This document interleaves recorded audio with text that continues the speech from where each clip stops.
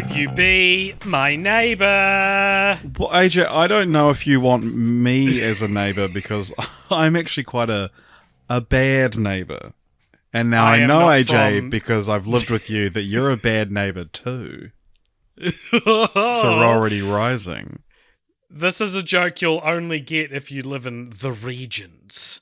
The Australia, New Zealand, or United Kingdom regions, people are listening to your sly, cunning jokes there, Richard, and being like, I don't get it. Why is he adding bad? Because they know that this is actually. What you're in charge of the thumbnails these days. Is this? Are you going to? What? Let's back up. Hi everyone, I'm AJ and this is Richard. This is the Cult Pop podcast where we every fortnight do something called Film Franchise Fortnights.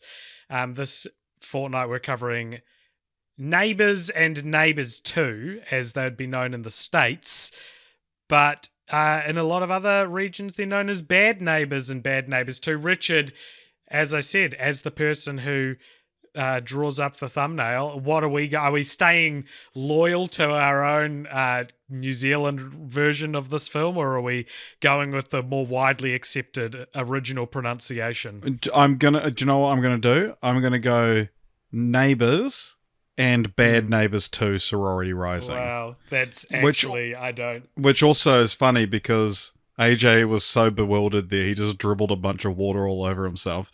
No, I just dribble water all over myself whenever I drink. Right, okay, so you weren't bewildered at all. No, not at all. But I believe the film actually wasn't called Bad Neighbours 2 Sorority Rising anywhere. It was either Neighbours 2 Sorority Rising, Bad Neighbours 2, or just Neighbours 2. I think anywhere that had the bad prefix took away the subtitle. Well, that would make sense because another there's a regional reason why you shouldn't release a film and call it Neighbours in these regions.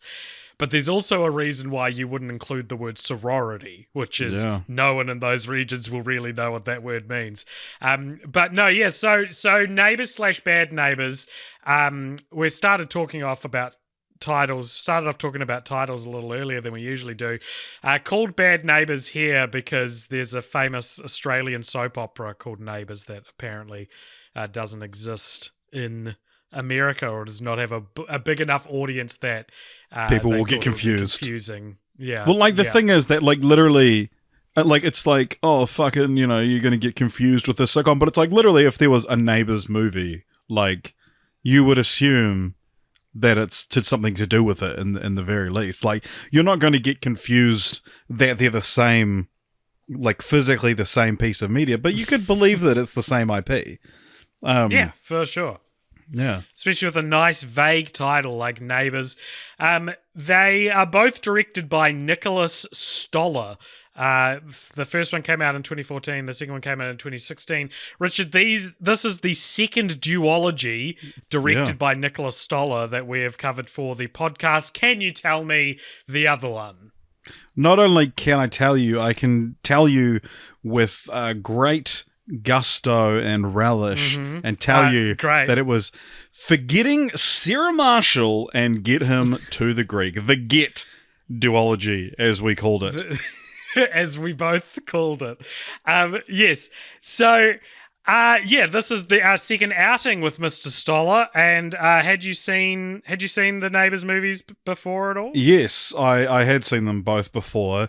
I saw the second film in the cinema, and I watched the first one in preparation for it, or I think probably after it. I think I saw the second one because it was the only thing on.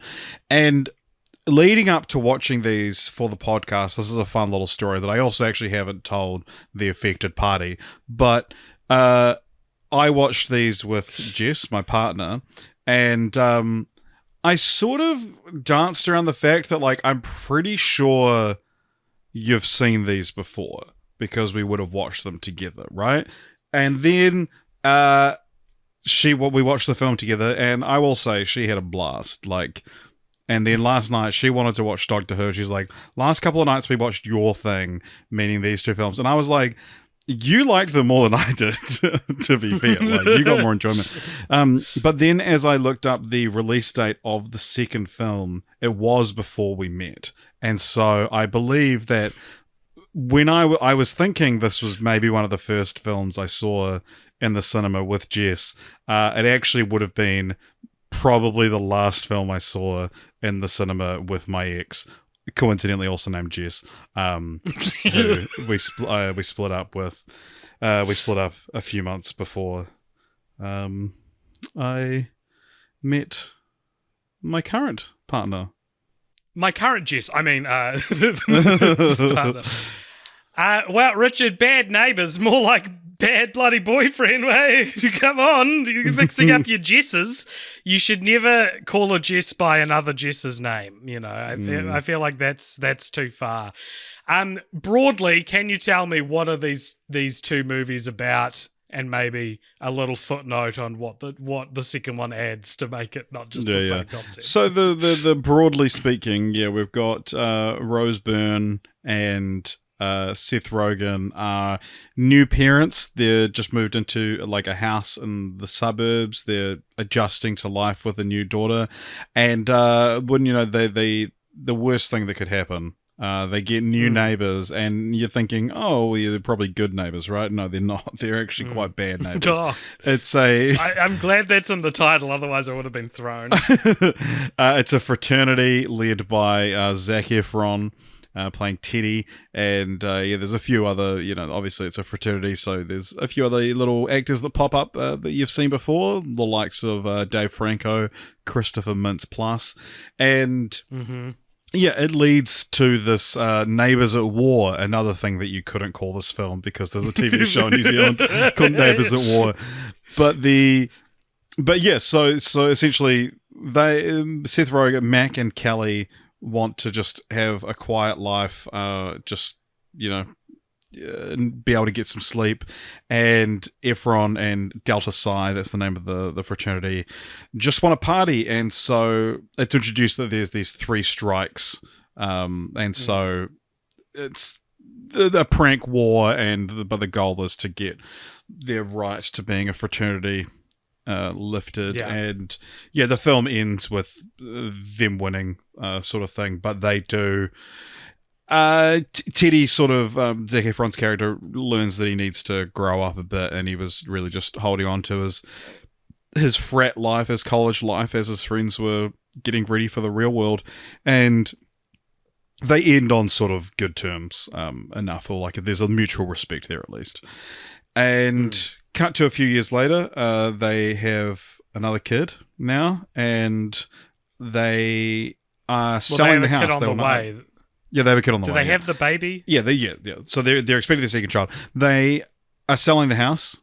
They want to move away from all this. They want to upgrade, go to somewhere where no silly billies are going to move in next door.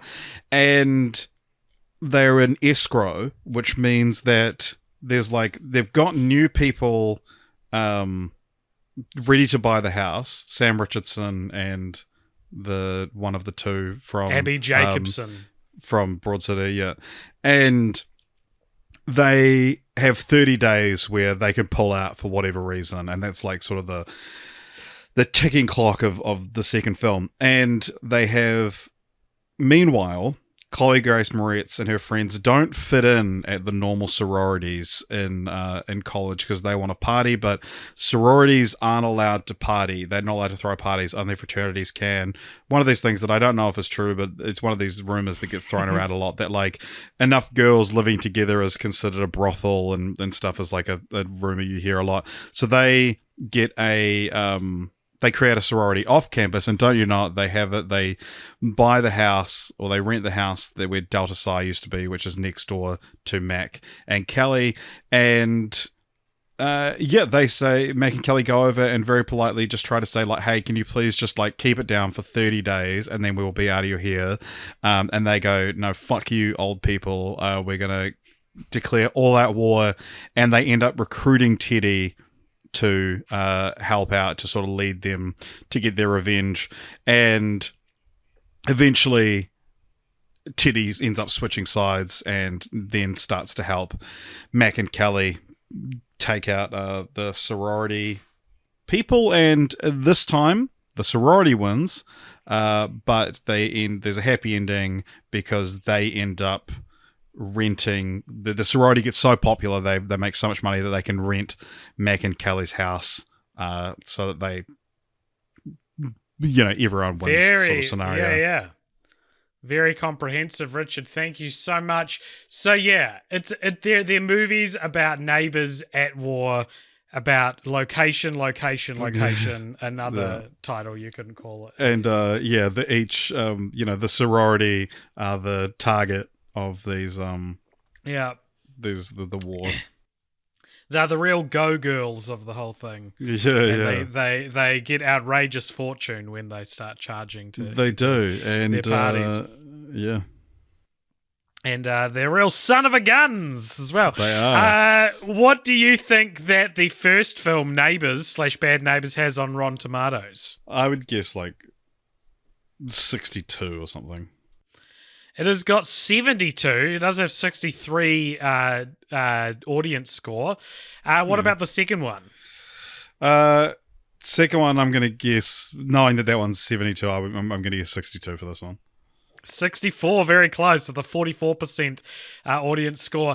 So we're talking about what feels like kind of like an old-fashioned, a cult popture classic, Richard. We've got a middlingly reviewed comedy franchise from this very specific, strange era. I feel like I say this whenever we cover a film from around this time, but it's like crazy to see what still looks like modern day filmmaking paired with like jokes you would not see in a in a world where such progressive things are happening, like Elon Musk getting given a position in government. So maybe that would fit now. Host. I think it wouldn't have fit when we covered the Almighty franchise, but they certainly fit in today's world. Although I will say though that I think these films aren't that problematic. Like, there's a couple of like any sort of problematic jokes are like the fact that the person is being problematic is the butt of the joke. Famously, Ike Barinholtz says the N-word twice in the first film. But the point of the joke is how fucking inappropriate that is to say. Yeah, but there was a long time, it feels like, where critical thinking meant that was not a good enough justification. But I'm saying that, like, joke. Compare it to like paging Dr. F-slur from The Hangover, where the joke is that's a funny thing to call your friend because he's effeminate and he's a doctor. Whereas this is like I think of Seth Rogen as a pretty progressive person, and that his comedy, especially in the last 10 years, which is the first film is cut off by a few months of being in the last 10 years, but it's it is coming from the right place. And it is interesting as well, like watching this film felt like a sort of turning point in Seth Rogen's career. From anything before this was like, he's the party boy. Like Knocked Up is about like him, which we've covered, is about him like needing to learn to grow up, and 40-Year-Old Virgin, like a lot of those Apatow films are all about him being like the young guy and like the crisis of hitting 30 sort of thing. And this film, it's like, don't get me wrong, he's still a bad parent. Weed. but the whole thing is like he's the sensible one now, and there's like a younger generation led by Zac Efron that are the silly billies. It almost feels almost like a spiritual successor to Knocked Up in a lot of ways, considering it's also about parenthood and also Seth Rogen. Did you have, and I almost don't want to talk about this because it feels cliche, and I think a more basic podcast would bring this up. But I'm also going to bring it up. Did you have the like Bart Simpson, Homer Simpson duality of like, the last time I watched this, I was closer to Zac Efron, and now I'm closer to Seth Rogen? I totally did. I will say I felt it a lot more in the second film than the first film, though. Like, the first film, I think maybe I'm able to see a little bit, because the first film, Zac Efron's character is he's leaving college, entering the real world, whereas in the second film, they are just entering college. And so, they are children. and I definitely got a lot more of the, not siding with them as much. Yeah, totally. Well, Richard, I've decided to gamify a segment that I thought was getting too tedious and boring, and that is randomly place useless statistics. Maybe a little early in the episode, but I thought we gamify this all the time. Well, yeah, we do, but more in the sense that I've ordered the the actors that we're going to talk about from hardest to remember to easy. Well, easiest to remember to hardest to remember. Right. So I have got a bunch of random cast members from these two movies that we have seen in other movies we've covered on Film Franchise Fortnights. Now, a reminder. A lot of these are not a lot of these. Some of these are franchises that have continued since we covered them. That are not included in the total amount of films we're talking about. And I was thinking about this today when I was like looking through this. That like these are a pair of movies from the mid 2010s, and let's say that. The franchise golden age, let's say that kicked off, work with me here, 2007 with Iron Man, let's say, right? 2008. Was that a good 2008? Yeah, let's put a yardstick there, right? The time of franchises started. By 2014, 2016, a broad studio comedy is going to feature some of the most like prolific working actors of the day. So it's interesting, like every sort of minor role is filled with like an actor I've seen elsewhere. Yep. So it makes sense then that I think Neighbours as a duology is one of these franchises that form a bedrock of the golden age of franchise. And so it makes sense then that a lot of the people we've seen in these two movies we've seen before in other franchises. If we agree that franchises, I guess, around this time were the most popular ones. I think I found that stat once. I think 2011 was our most popular, our most featured year from Film Franchise Fortnights. So, all right, first round, Richard. I'm going to go Randall Park. This is Neighbours is our second Randall Park movie. Can you name the first Randall Park movie we watched? When is Randall Park in Neighbours? He is when Teddy goes to ask Dave Franco why he's not taking like the keeping the frat house seriously anymore. They're at like one of those things they do at colleges where you sign up for clubs, and Randall Park is like looking for it's like what's that, T-Mobile or whatever it's called? AT&T. AT&T. And when he finds out, he like tries to recruit Teddy, and when he finds out he doesn't have very good grades, he's like, "Oh no, this is for people who are more academically inclined." And Teddy goes, "What is that supposed to mean?" And he goes, "It means you're too stupid," which is like. That's why you cast someone like Randall Park in a role like, like give him one like significant character beat. But yes, we've seen him before. What have we seen him in before? In how many films? One other. Oh yeah, Ant-Man and the Wasp. Correct. Where he's who? Jimmy Woo, that guy. Yeah. There was a time in my life where I could have answered that immediately, but now I needed to check the credit to remind myself what that character's name is.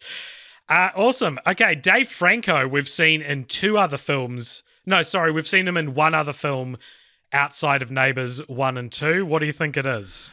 And I'll give you a clue. The exact same statistic applies to Christopher Mintz-Plasse. They're both in Neighbours 1 and 2 and this other movie together. Another film that I actually watched like last week. Fright Night 2011. Exactly. They are both in Fright Night 2011. Next round, we've got Brian Husky, who you'd recognize as a character actor. He's the guy, he plays Seth Rogen's boss in Neighbours. Oh, yes. Yeah. So I mainly know him as the... He's also If Google Was a Guy, wasn't he? Yes. Yeah. Yeah. So he joins Christopher Mintz-Plasse and Dave Franco in the Neighbours 1 and 2 and Fright Night 2011, but he also joins Randall Park in Ant-Man and the Wasp. So a perfect combination of the game so far. I've totally planned this on purpose. Then we've got Jared Carmichael, who plays Garth. He is also in Neighbours 1 and 2, and I'll give you this one, and we can move on to the more complicated round. He is in Transformers The Last Night as well. All right. Carla Gallo, who plays Ike Barinholtz's wife, what's her name? Paula. She has been in 3 other films we've covered on the podcast. 2 of them you could probably work out through context clues. One of them is like I don't think you'll get.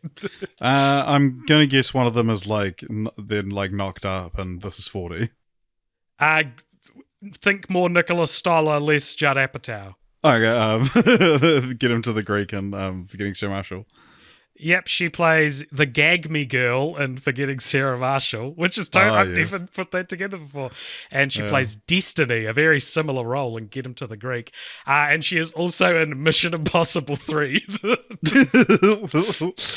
Okay, so Andy Samberg has a sort of a cameo role as, like, in the first film, they go back through, like, the history of fraternities, and Andy Samberg is, like, the inventor of the toga party. It's like a fun thing. Yeah, they show the invention of the toga party, and it's the 3 Lonely Island guys, and then they show the invention of beer pong, and it's the 3 workaholics guys, and then they show the invention of the something chug, and it's Jake Johnson. They should have got the 3 New Girls guys, it feels like. Yeah, totally. Like just spring for Schmidt and Winston as well. But it's a fun little series of cameos. Yeah. So Andy Samberg, we've seen him in 3 other films before. 2 of them are a duology, and one of them we've covered this year. And he played the main character in the first one, but not the second one. Oh yeah, he's in Space Chimps. He's in Space Chimps, yes. Yeah, and he's also he has like a tiny role in Anchorman, doesn't he? No, not according to this. Maybe it's uncredited. I think other very similar to Space Chimps. We didn't cover it this year. It was a wild duology out before we. Is it animated as well? Oh no, Cloud with a Chance of Meatballs. Correct. Yeah, he plays Baby Brent. Yeah. All right. Jorma Taccone is one of the Lonely Island guys. Yeah. He is in one other movie we've seen for the podcast. You know what it is? He is the voice of the ultimate Green Goblin in Into the Spider-Verse. Correct. Nice job. Okay, Hannibal Buress plays a cop in both movies, but we've seen him twice before. What other movies have we seen Hannibal Buress in? Just Fortnights. Spider-Man: Homecoming. Mm-hmm. And I guess we wouldn't count Far From Home. No, because we stopped at not. Endgame. And what else? Is it animated? No. It's a very similar film to Neighbours in terms of demographic, and like, you remember that movie Tag? I'd put it next to somewhere between Neighbours 2 and Tag. Right, and it's a franchise. Another hint? We talk about it quite a lot, but we talk about the sequel more than we talk about the one that Hannibal was in. Boss Baby. No. No, we haven't covered Boss Baby on the podcast. I know. Daddy's Home. He plays of course, Griff. Yeah. Alrighty, Selena Gomez is a sorority like house leader in Neighbours 2, but we've seen her she 3 in other like times. 2 scenes, and it's like one shot where she's like clearly like in the room, she's leading the sorority, and then the second one is like she's green screened into the party to just deliver one line. It's so funny. Yeah, but she is the lead in A Cinderella Story 2. Correct, another Cinderella story. Yeah, and so only 1 more or 2 more? 2 more. Is it a voice role? I don't believe so. Oh, but one of them is like a pre-fame Selena Gomez. Oh, she's like in High School Musical 2. It's like an extra or something. No, she's in Spy Kids 3D Game Over as Waterpark Girl. Oh yeah. Oh, is she Junie's like crush at the start Yes. Yeah. of Yeah. Yeah. Spy Yeah. Kids 3? Yeah. And she's also in The Muppets 2011 as herself. Oh yes. Yeah. Yeah. Yeah. I think Which she honestly should be the answer to more of these, you would think. Yeah. Yeah. Alrighty, Richard. Liz Kakowski, who plays Wendy the Realtor in Neighbours 1 and 2. She's also in two other movies that have also been in previous rounds of this very fun game. Yeah. So I googled this while watching the film because I was like, what do I recognize it from? But because she's Liz from Forgetting Sarah Marshall. Yes, she's the of the Sarah is better than Liz joke. Yeah. Which is one of my favorite the pearl jokes. necklace joke. Yes, exactly. Yep.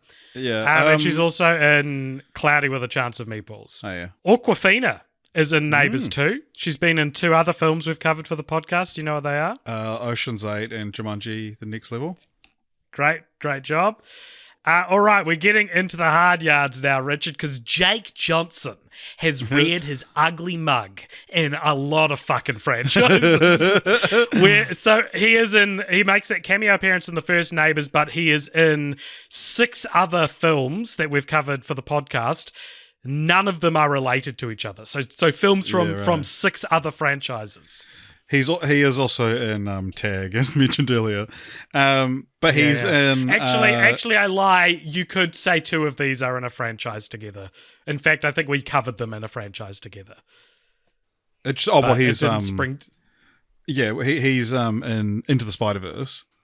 Correct. Yeah. And he's in Jurassic World. Sorry. This is what Letterboxd says he's also in Venom somewhere, which is what I was counting as. Venom's post-credit scene is a trailer for, as a scene from Into the Spider-Verse. Okay, well there you go. So those are the two of the 6. Yeah, right. Jurassic World. He's also in The Mummy with Tom Cruise. He's also in. Does he have like a real early role in Get Him to the Greek as well? Yes. As Jazz Man. And you can do it. There's one. Okay, he plays a very important historical figure in a not unlike Neighbours comedy from around a similar time. Who's the famous historical figure? He plays Jesus in a 2011 comedy. In Harold and Kumar Christmas.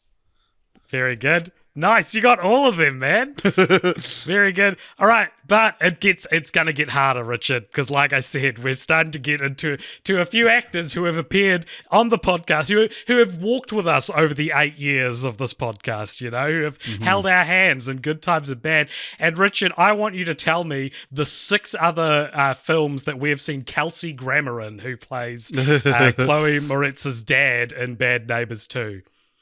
We have seen him in... Yep. Yeah, he's introduced in X3. As the X-Men 3, The Last Stand. And then he's in... As Beast. As Beast. And then he would be in Days of Future Past as well.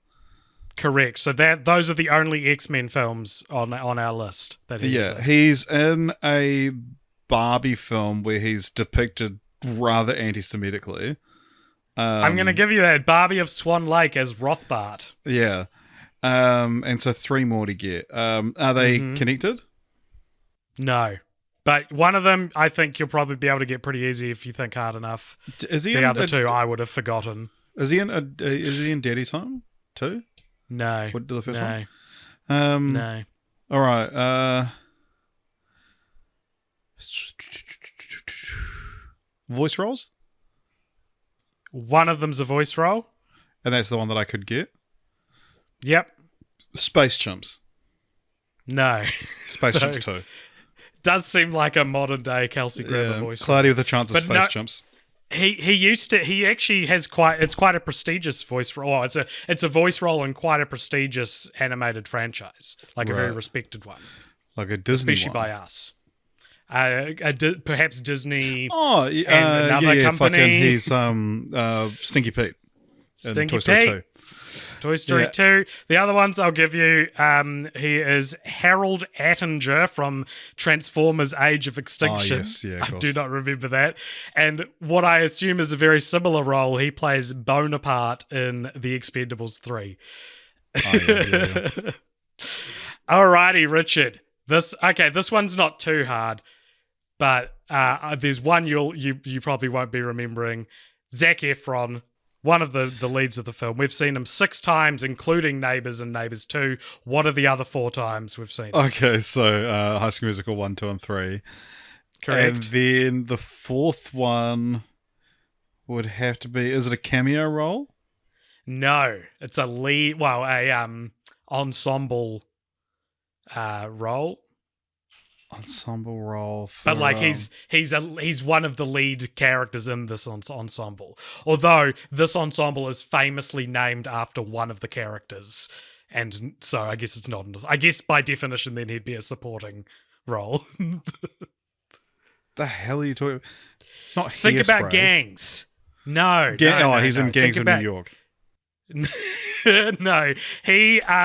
I'll forgive you for this because we did watch a lot of these and it's easy to remember. But he plays Fred Jones in Scoob. That's right. Yeah. Okay. Chloe Grace Moretz we've seen in Neighbours 2, but we've seen her in 4 other films. 2 of them are related. 4 other films. Is she also in Scoob? No. Okay. The duology that she's in is similar to Scoob, though. A modern 3D animated kids movie based on a classic. Addams.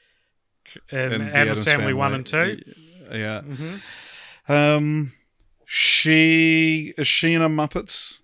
In Muppets? She is. Very good. Wanted? She's correct. And I'll give you this last one. It must have been a pretty early role. Might have even been pre-Kick-Ass. Wow. In Diary of a Wimpy Kid. I didn't remember right, she was in that, but I think she's like the love interest in that movie, I think. Meow. Actually, now that I'm remembering it. Rose Byrne has been in quite a bit more than I would have expected. So obviously she's in Neighbours 1 and 2, but she's also in 4 other movies. Yep. X-Men First Class. She is also in Get Him to the Greek. Yep. And we've been doing this for like 20 minutes this segment. I know. I just wanted to draw a point to the fact that this is like a reunion for a lot of. Yeah, I hope that people are enjoying actors. this. I think my guesses are like I'm doing well enough that it shouldn't be like just this really frustrating thing to listen to. So 2 She's more. in another X-Men movie.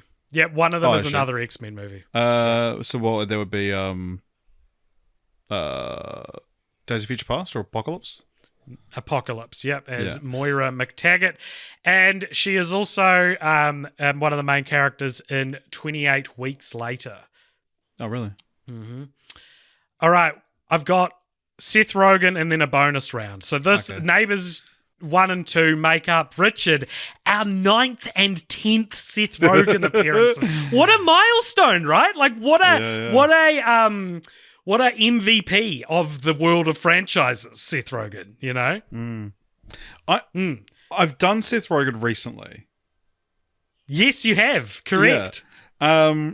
Because he's in and I remember you being like, there's the really obvious one, which was and I said something else, but he's in Knocked Up. Mm-hmm. He's in Kung Fu Panda 1 to 3. Yep. How many do I have to get? So that's 4. There's 3 more. 2 of them are related. One of them is the one we covered recently. He's in Donnie Darko. Donnie Darko. And like I mentioned on the Donnie Darko episode, Shrek the Third. Yes, correct. Yeah. Sorry, I forgot that one. And then there's 2 more, sorry. But one of them is like this will give you a clue. One of them is a like unofficial, like not unofficial, but like the deleted scenes turned into. Yeah, he's in the extra fucking Anchorman thing. Yeah. Along with being an Anchorman as well. Yeah, right. All right, Richard, very good. I'm going to give you an A An A. I don't think quite an A plus, but an A. An A plus would be perfect. But for a bonus round, this is also Neighbours is our 5th Jesse Hyman film. Jesse Hyman, of course, being that extra you're thinking of when you think of extras you would recognise. The sort of chubby, curly, bespectacled gentleman. Right, okay. He has appeared in 4 other films we've covered. Do you want to take as an extra? Do you want to take a stab at any of them? Is he the guy that's in The Social Network? He's an extra in that. Yeah. Yes. Let's say Rio 2. Yep, name 4. It's like lottery. Yeah. I'm going to say Rio 2. I love that this is a guy who's famous for being an extra in the background of shots, and your first guess is an animated film. He's got a voice role in Rio 2. That was a joke. And I'm gonna say Get Him to the Greek, and I'm gonna say The Hangover Part 3, and I'm gonna say High School Musical or Sharpay's Fabulous Adventure. Incorrect on all counts. He is in Spider-Man, Forgetting Sarah Marshall, Austin Powers Goldmember, and American Pie 2. Richard, That took so long. Feel free to cut out some of those rounds if they're not interesting. But maybe they are interesting. What did you like? Did you like these? Well, I haven't asked you have you seen them before? What did you think? I'd seen the first one before. I remember I was at someone's house when I first moved to Auckland. It was like someone who I like knew in Christchurch but wasn't that close with them. And then when I watched a movie with them, and it was like the last time I hung out with them. Who was it? I'll believe it. It was. Oh, yeah. Yeah, but like, did you enjoy them? What did you think of? Like, did you laugh? Did you find them funny? Because I wasn't finding it as funny as Jess, I'll admit. She was fucking cracking up, but yeah, that like they have their moments, and for sure. One thing I do remember, and I remember this when the trailer for the first one came out, that the gag of Seth Rogen being at the office and sitting on his chair, which is loaded with an airbag, is like it looks so shit. Like it's clearly like a ragdoll CGI. It looks so bad. It's but yeah, and what did you think? It's also one of those things where it like ekes into this realm of like, how silly is this movie? Because totally. It looks like he would have been killed by this prank. Yeah. But one thing that I do want to talk about, and I think that you'll probably have a lot to say about, is like the second film is like such a sequel. It like does tick so many boxes about like what a sequel should do, that like the stakes are up. Like the prank war gets worse to the point where I lose any sort of sympathy for the sorority, because I'm like, well, you guys took it too far. It's not funny anymore. But yeah, like ups the stakes. That like the gender swapping of the antagonist is like a cool spin on it. The fact of like the villain from the first one, first off coming back and then they have to team up to take down the new villain is like, it actually does like a lot of sequel-y things really well. And it's also, like you talked about, you famously did a video essay on about the female reboot of American Pie, that like this is the first one is a bit of a sausage fest, but Rose Byrne is there delivering some laughs and also bringing a lot of feminine energy to the film.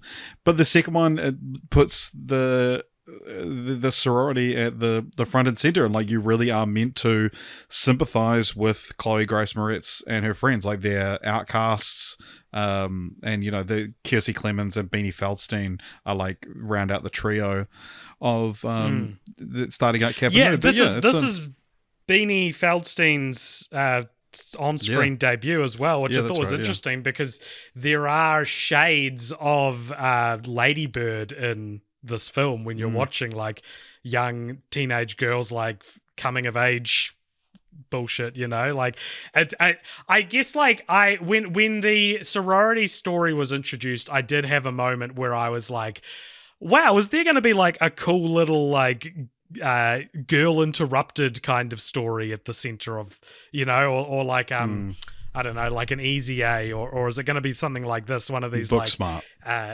yeah, kind of. But I do think that like at first I was like, there's a lot of things in this which feel like were written by a male writing team despite them having good intentions. But I think that's unfair, so I'm not going to attack it for that because they do have good intentions.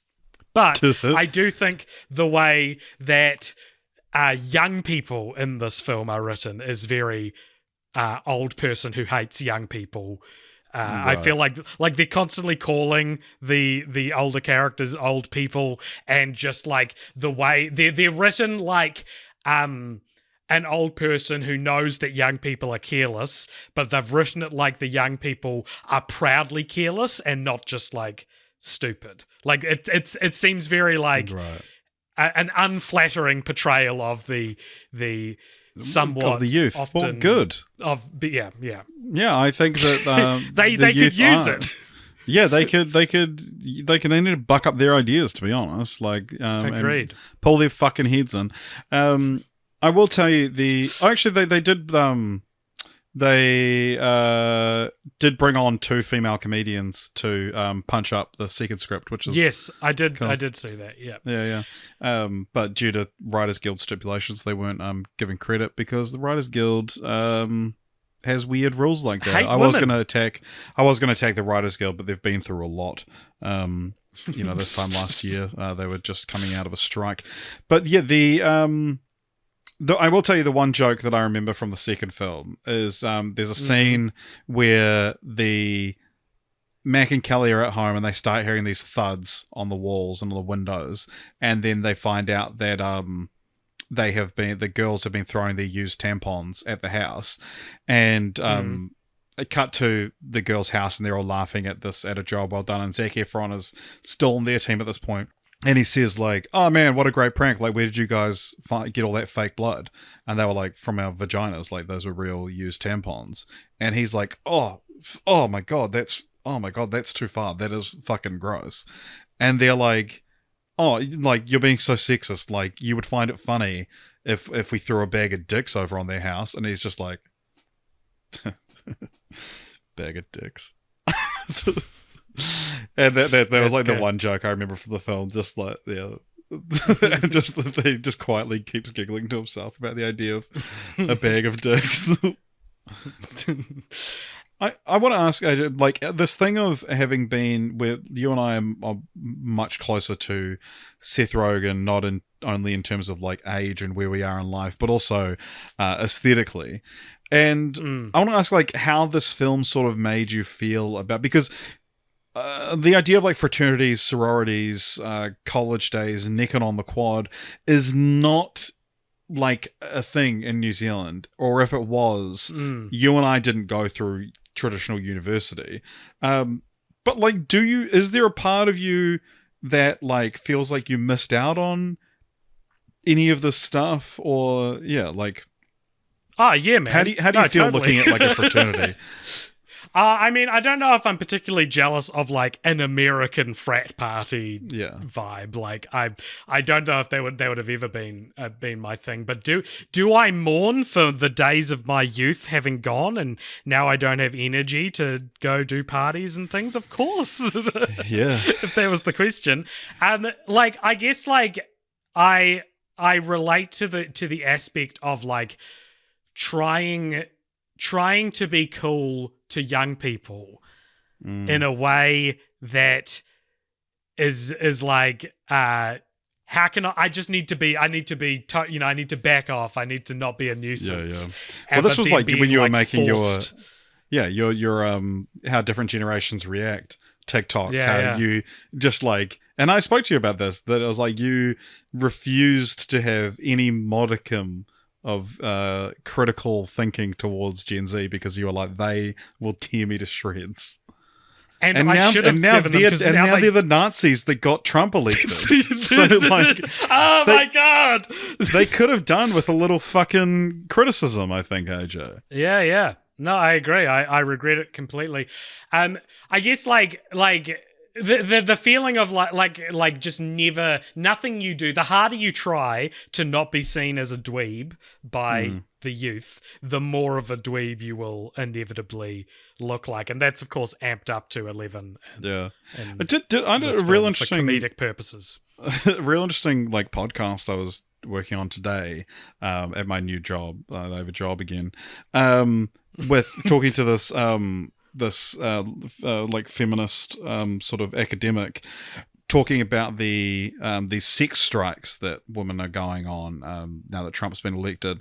But like it was really interesting because like she was genuinely like quite sort of sympathetic to the male side of things, not like, oh, poor them, they're not having sex, but like the radicalization of men that led to things like Trump and, you know, people like Andrew Tate and stuff. That it's like, you know, you think about how you go on social media and you see all men should die, fuck all men.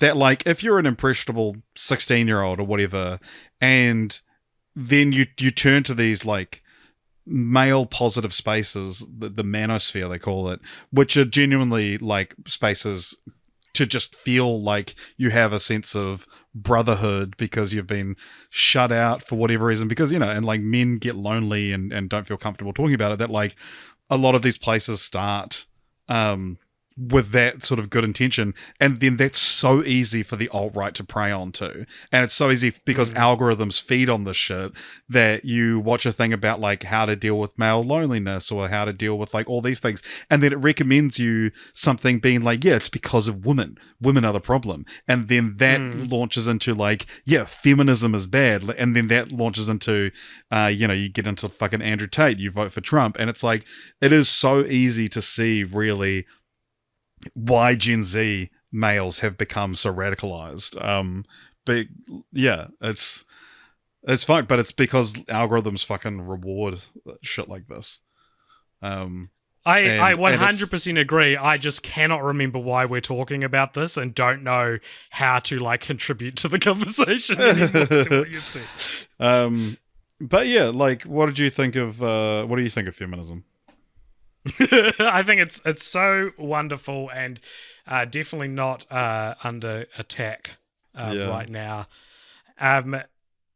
So originally, Mm. apparently, Neighbours 1 was going to be called Townies, Townies one. and Townies 1, and I don't know if that was before or after the concept change, but the concept was going to be Seth Rogen like becoming friends with college students and frat boys, and like, but then this was deemed to be too similar to Old School, the Todd Phillips film, Oh, yeah. and at some point along the stage, it was switched to a frat war between neighbors, with the character of Callie, played by Rose Byrne, being added later into it. And Richard, a lot of when looking up this franchise, especially its conception, and a lot of like, there's a lot of talk about how Callie as a character was introduced. Like Seth Rogen was talked about how like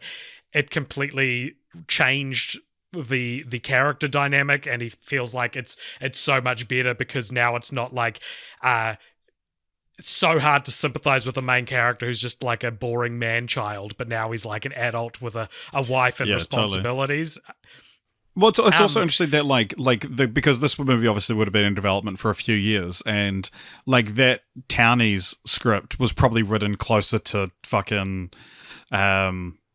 I don't know, Funny People, Pineapple Express sort of Seth Rogen. And then it's funny, like what we're talking about, that like this is a turning point in his career where he's now the sensible one, probably happened while the script was in development. And it's like, it just would have become ridiculous. Like, you know, you get a lot more of the joke is, oh, he's a middle-aged man hanging out with these kids now.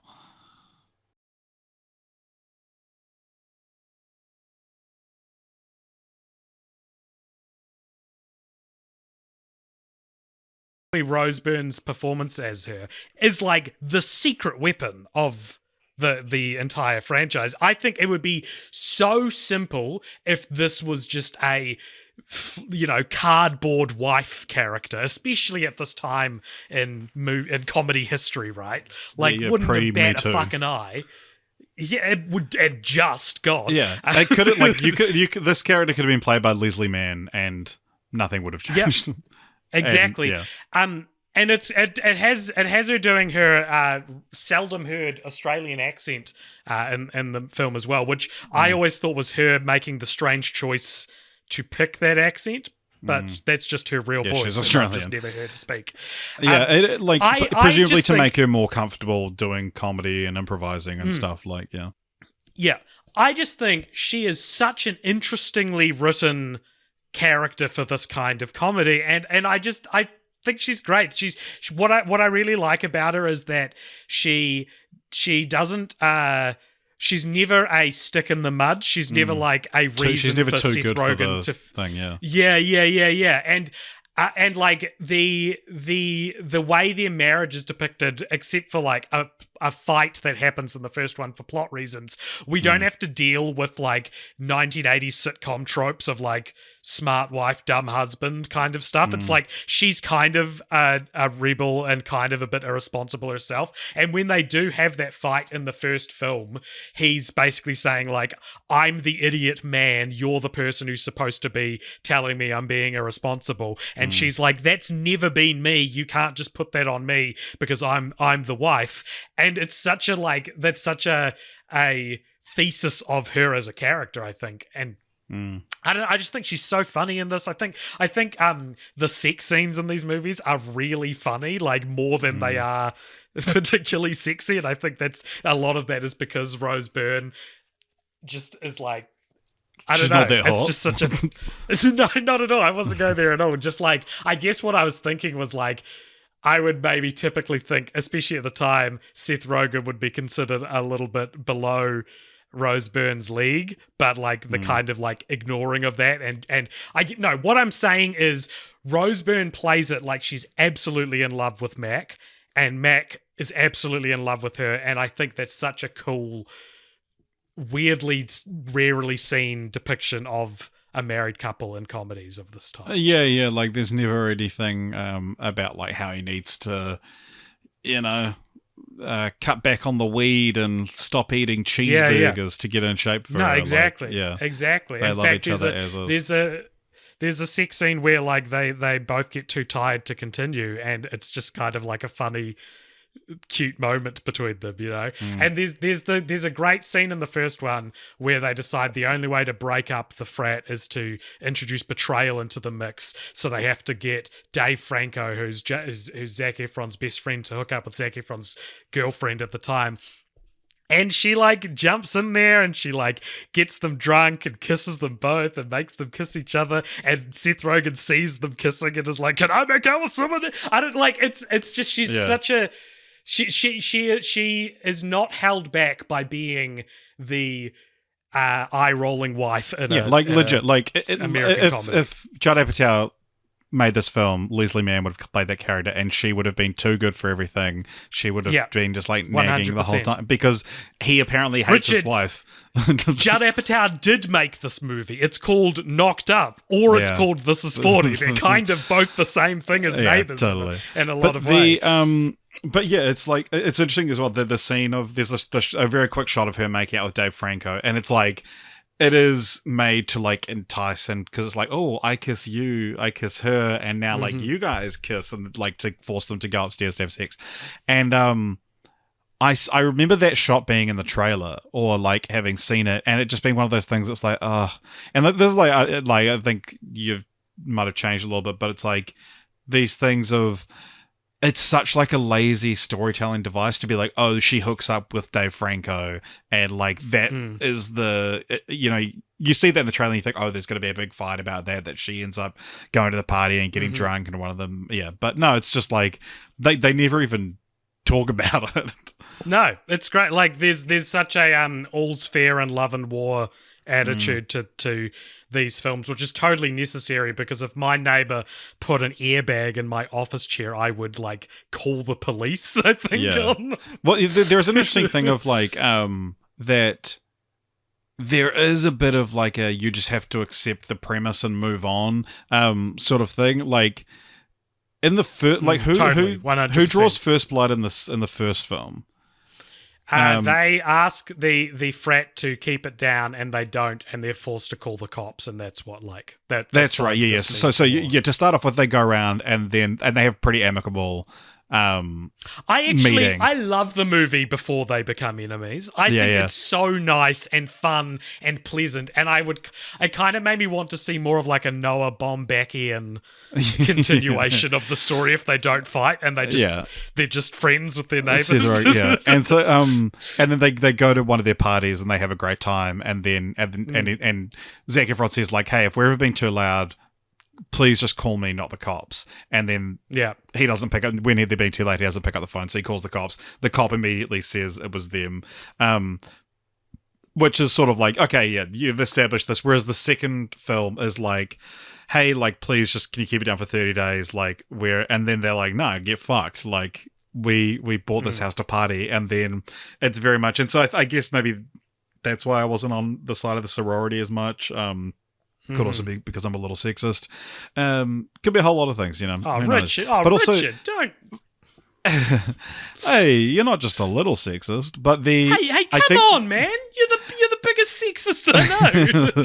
But I think as well that the second one, that the sorority sells they break into Mac and Kelly's house and sell all of their stuff. That is the one that's like, that was too far.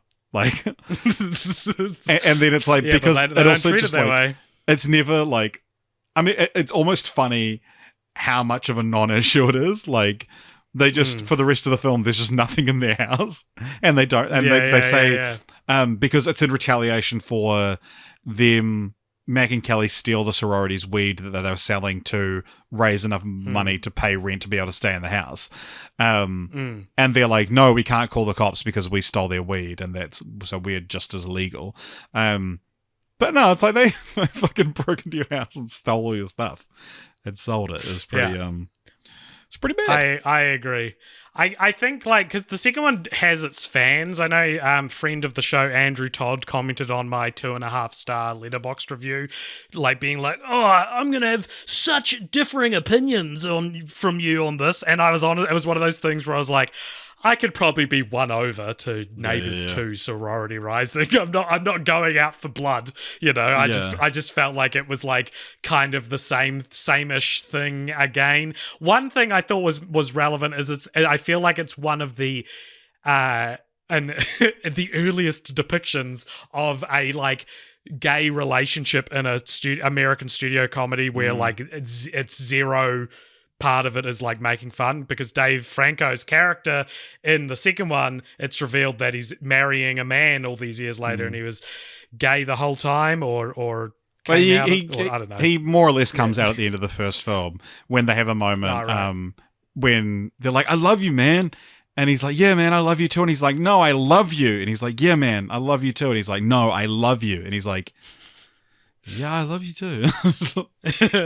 So there you go. So I think that's like kind of a fun yardstick for it. I agree when I talked about them being problematic comedies before. They're not.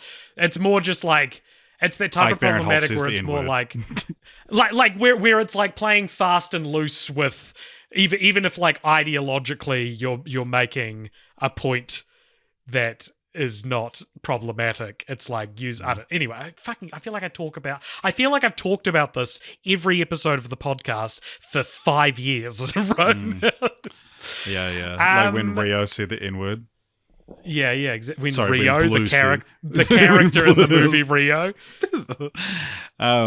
But yeah, like I do think the thing about that, like someone like friend of the show, Andrew Todd, like loving this movie or defending it or whatever, I think it's one of these films that like Multiverse of Madness, where people are like, if you didn't like it, it's because you don't understand the filmmaking of Sam Raimi. And it's like, no, I loved all the filmmaking of Sam Raimi, and my biggest gripe with the film is that there wasn't more of it. Like, I think a lot of the reasons that people would defend this film or like it, it's like, yeah, I'm also on board with that. Like, things like I said at the start about, like, that it's a pretty textbook, like, good sequel on paper in terms of how it builds on the first one and all this stuff. And actually, like, for a new film coming out, like, in a similar vein, like, Paddington in Peru I saw the other day, and it does to Paddington 1 and 2 what I think Neighbours 2 does for the first one. Like, it's very third film in a franchisey, for better or worse.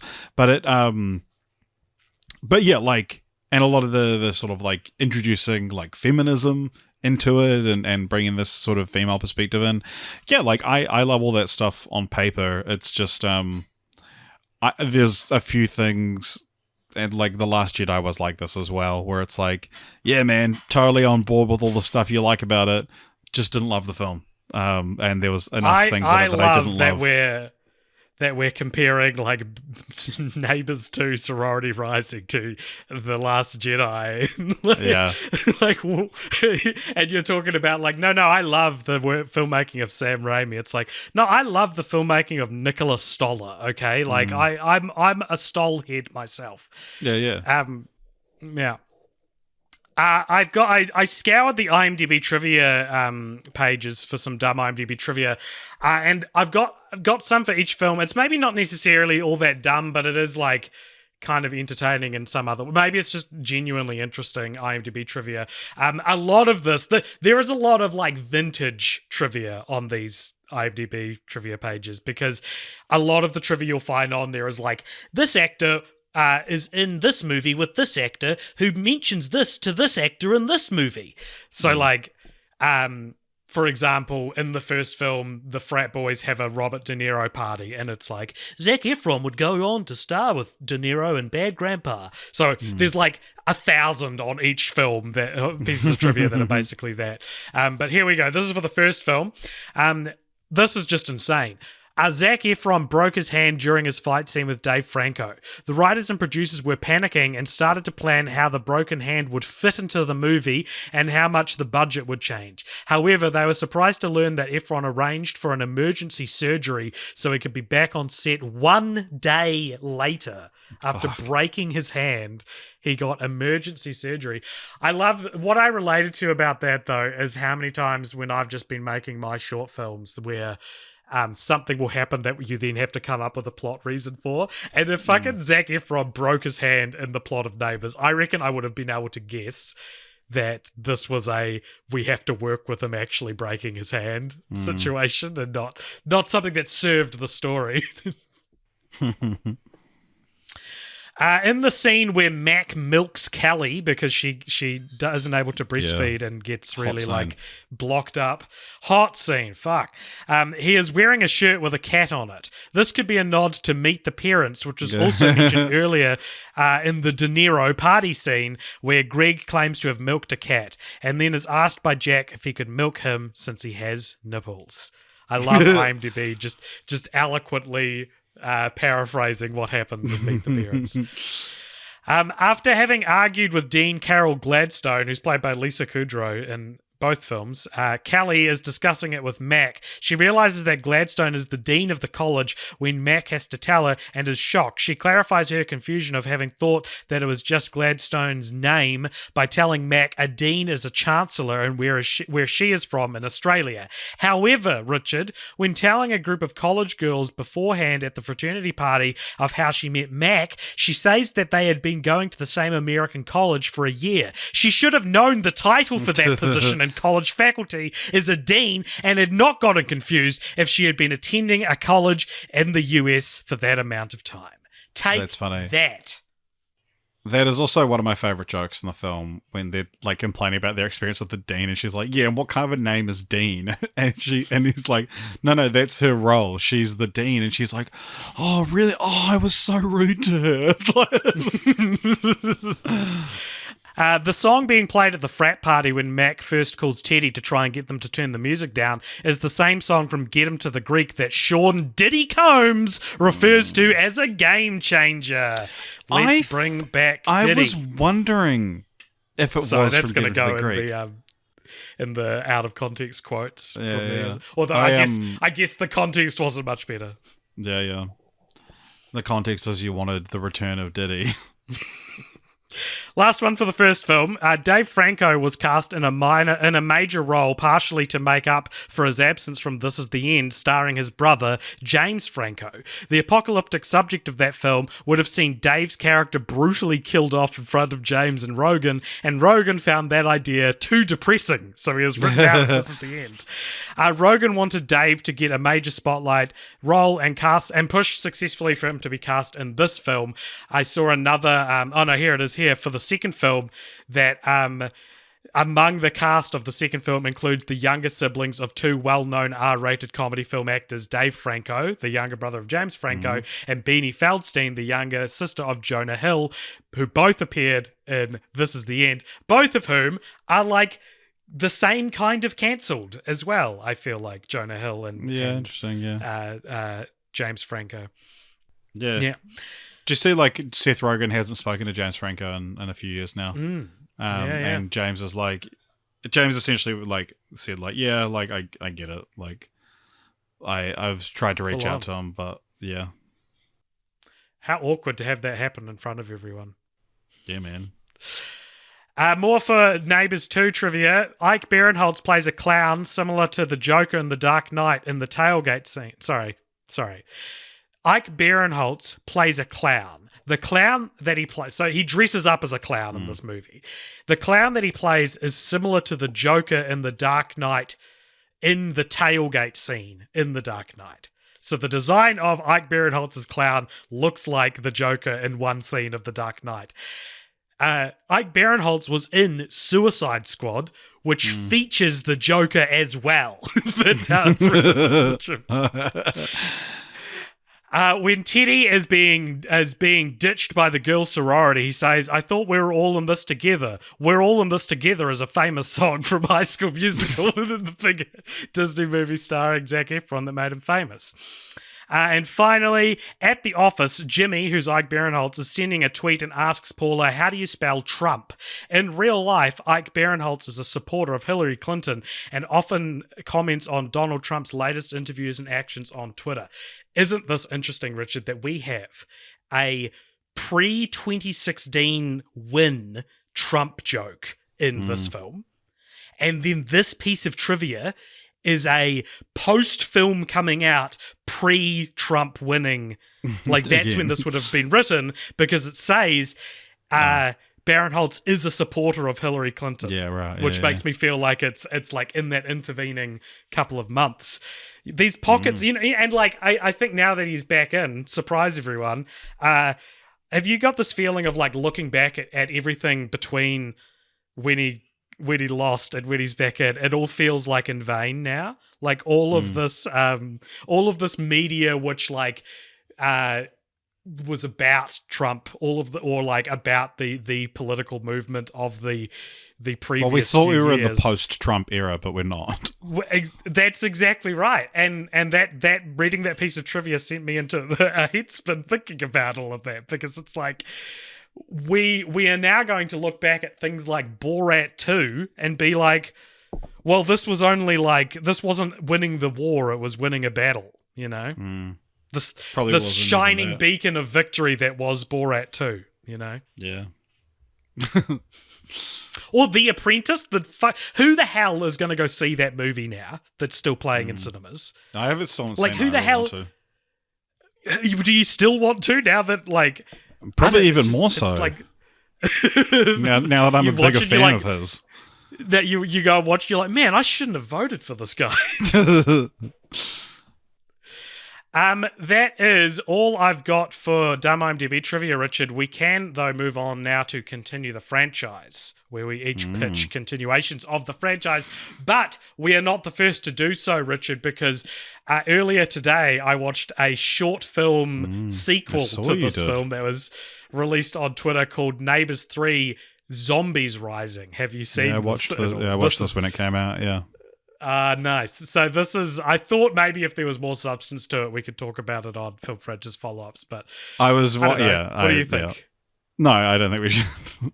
You don't think we should? So basically, yeah. it's Seth Rogen and Zac Efron, like with a zombie tied to a chair, arguing if they should kill it because it's a Delta Psi beta frat zombie, and then it cuts to a junket interview where they're like, and we'll call it Neighbors 3 Zombies Rising. So, you know, the name Neighbors 3 exists in the zeitgeist, and you can Google Neighbors 3. Yeah, I often find that ends up being a death knell for franchises. Like, there hasn't been another 21 Jump Street. There hasn't been a third 21 Jump Street movie, even after that, because they did a bunch of parody titles at the end of the second one. I reckon it stops also features them Seth being Rogen. made. Yeah. There you go. I love this idea of Neighbors 3 Zombies Rising. It feels like such like a Seth Rogen-y idea as well, to like, but yeah, like, it's something that you don't actually see if franchises do. Like, Bring It On has like Bring It On, Cheer or Die, which is like a slasher film, but it's like, it doesn't matter that it's a Bring It On film. Like, you've put the name on it, sure, but it doesn't carry over anything, in fact, apart from it just being about cheerleaders. But like, yeah, like, let's make a full-on horror movie with Seth Rogen and Zac Efron and call it Neighbors 3. Like, I'm surprised a franchise hasn't done this. Like, you're so right. Like part of what makes zombie movies so attractive is it's like, oh, imagine if real life, everyday life was shaken up by like a survival horror situation. And what better way to convey that than to make the third film in a franchise that's just been grounded in reality? Yeah, like, turn that into a zombie film. Because also everything I was saying about Rose Byrne Kelly in these films, I would love to see that character in a zombie apocalypse. Absolutely. That would be so fun. It's such a good idea, and like, I genuinely would love to see it happen. I mean, it's essentially the often obligatory non-canonical Halloween special that things like Community or The Simpsons totally do, right? Yeah. So that's my pitch, but to make it my own, I'm going to say Neighbors 3 Vampires Rising, and because we've got two people that have already lost to a vampire, in Dave Franco and Christopher Mintz-Plasse, have some experience. Fuck it, just make it a crossover. Make it a full-on crossover. Yes. Get David Tennant back as Peter Vincent. Yeah. All right, Richard, here's my continue the franchise. Try this on for size. It's called Neighbors versus Neighbors. Wow, okay. So, or Gaybers, I don't know. Yeah. Basically, we've seen Seth Rogen and Zac Efron fight against the generations of the mid 2010s. But what if, I feel like perhaps this is the New Zealand of it all, but I feel like college students, the stereotype of a college student now for me is like the opposite of a frat kid. Yeah, they're like non-bino. Well, kind of. Like, I think of like students protesting their professors and things like that. Like, I'm not everyone. Yeah, kind of. I'm not trying to draw any lines here or make any judgments. Just like, well, you just don't want to face the wrath of Gen Z because you're so scared of them. Well, I like so. What if it's another? I don't care what the setup is. It can be they're all living together for some reason, and then a frat house of young queer college kids move in next door. And I don't know, Richard. All of the fun antics that come with the cultural differences, they can make big jokes about how like they're totally cool with like they don't have any they totally recognize the gender as a spectrum. It's not about that, and the film is not about that itself, but like just the way how the ways between the young and old are so different and so entertaining for being so different. Well, what you Why could don't we see a movie about that? Yeah, a genuine Neighbors 3 though, like I mean, Zac Efron's pretty much at the age now where he could have a young baby and be the one that they move next door into, and he like needs to call the experts to like, how did you Mm-hmm. me down. I'm not equipped to Yes, deal with them. of course. But also, we didn't. But the neighbors should not be like Zac Efron shouldn't switch to being the conservative one. The neighbors should be annoying in a way that is specifically annoying for Teddy as a character. Because I think if a frat house moved in next door, Teddy would like right, yeah. So I want to woke. see something different. Well, that's kind of what I'm getting at. If frats for a while were like the default stereotype of the college kid, I'm saying what if we saw them face off against what the new default stereotype is? Yeah, I also just want to articulate this properly because it's come up a few times, but this is our second franchise featuring both Dave Franco and Christopher Mintz-Plasse, which revolves around the last person you would want moving in next door.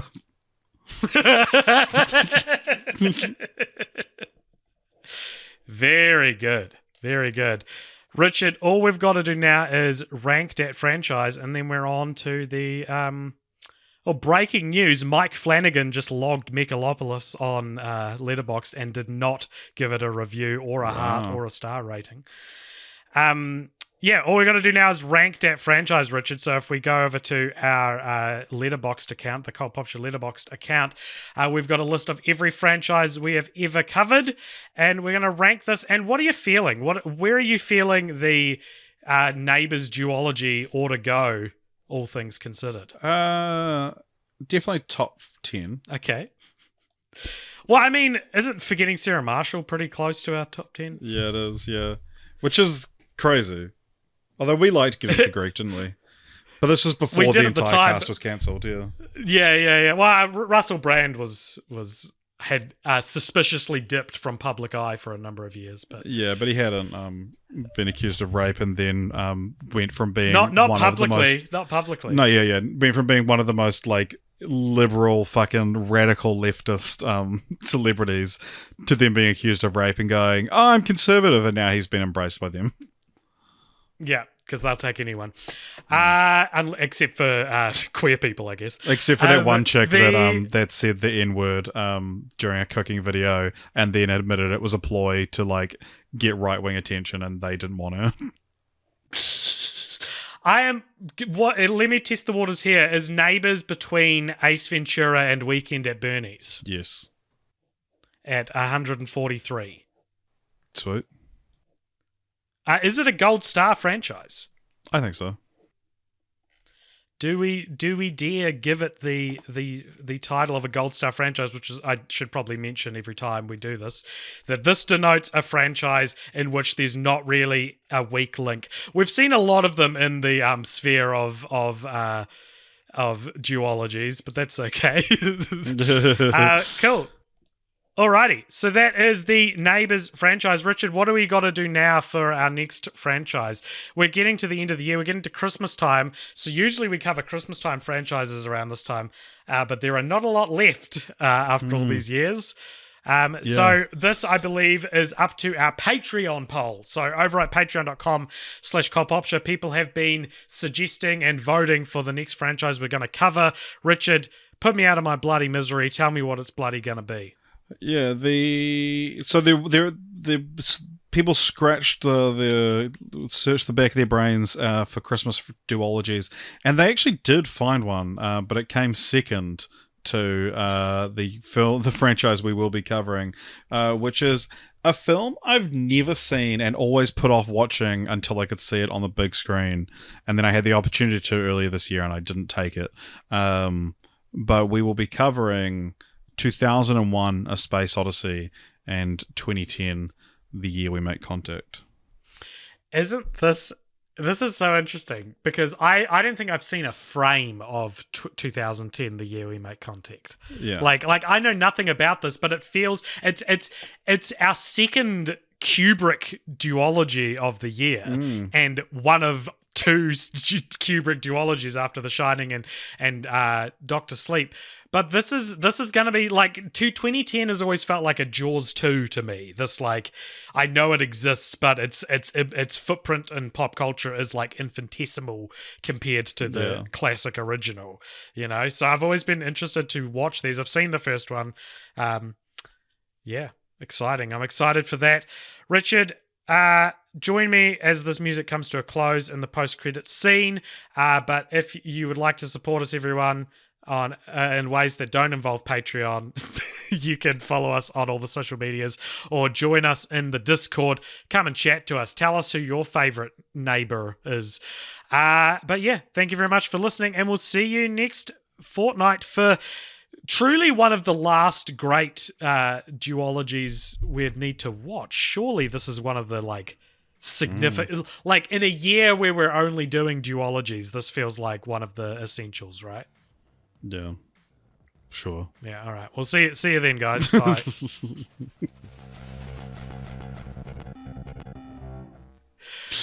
Welcome along to the post-credits scene. There's a segment at the end of each episode where if you donate $5 or more over at patreon.com/cultpopshire, you get to give us something to talk about. And this is the post-credits scene. Richard, who's it from and what is it? Today's comes to us from Bit More Cheese, who says, "Yo, what's the most devastating insult you've ever delivered or considered delivering? If the latter, do you wish you'd used it in that situation?" I have two answers. One, so this is like